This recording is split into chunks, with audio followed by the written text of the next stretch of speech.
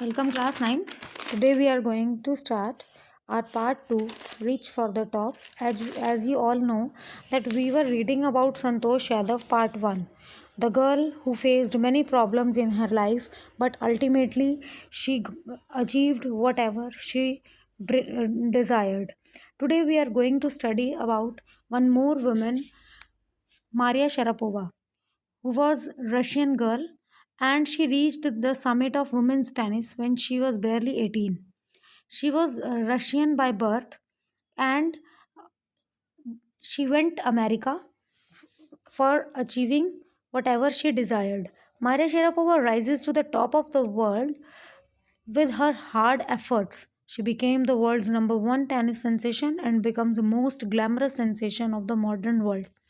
Maria Sharapova faced many difficulties in her life. She faced loneliness. She lived without her mother for 2 years when she was very young. So, these problems, these sentimental problems she faced in her life, after all these problems, she achieved whatever she desired. Let us start reading the chapter. There is something disarming about Maria Sharapova, something at odds with her ready smile and glamorous attire. And that something in her lifted her on one day, 22 August 2005, to the world number one position in women's tennis. The writer wants to tell us that there is something disarming. Disarming means likable. Maria Sharapova was having something different quality in her. Her smile, her glamorous attire, it was very different, and it was the quality which makes people to like her. Which and there was a quality which lifted her, and this is the reason when she became number one women in women's tennis.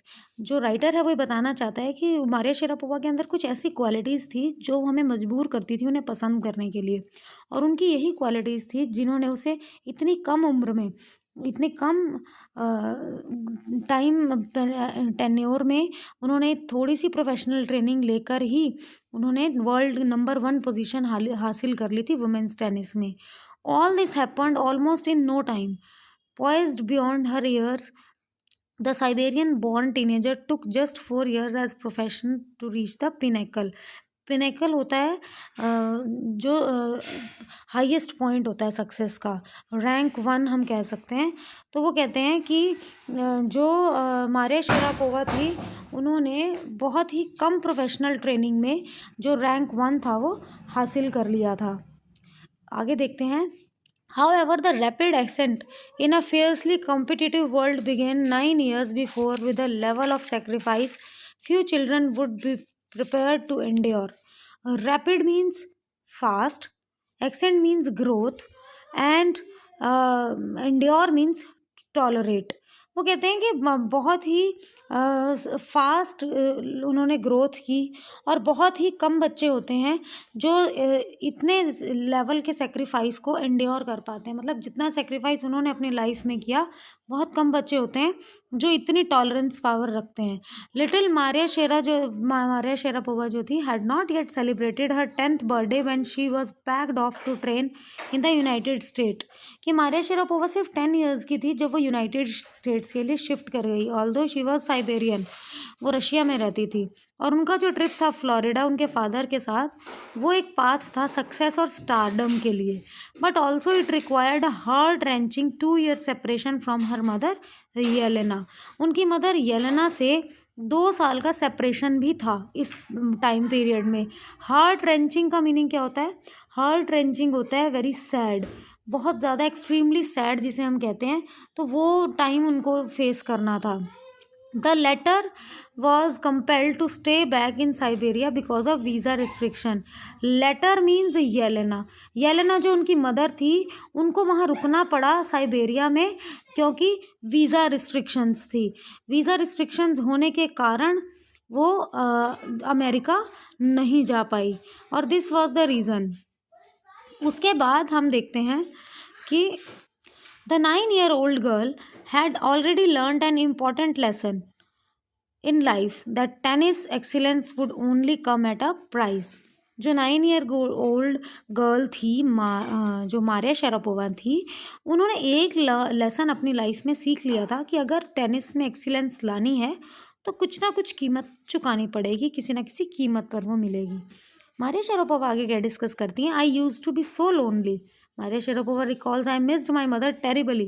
My father working as much as he could to keep my tennis training going on, so he could not see me either.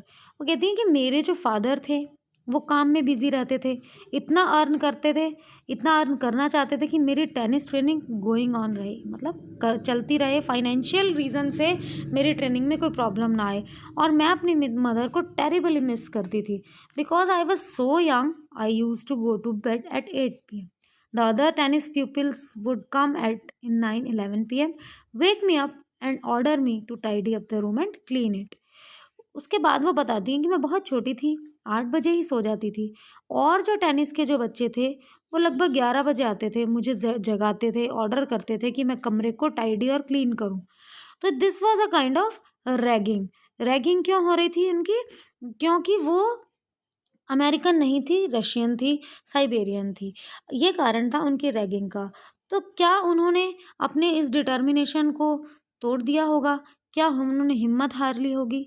ये बाकी का chapter हम next video में पढ़ेंगे।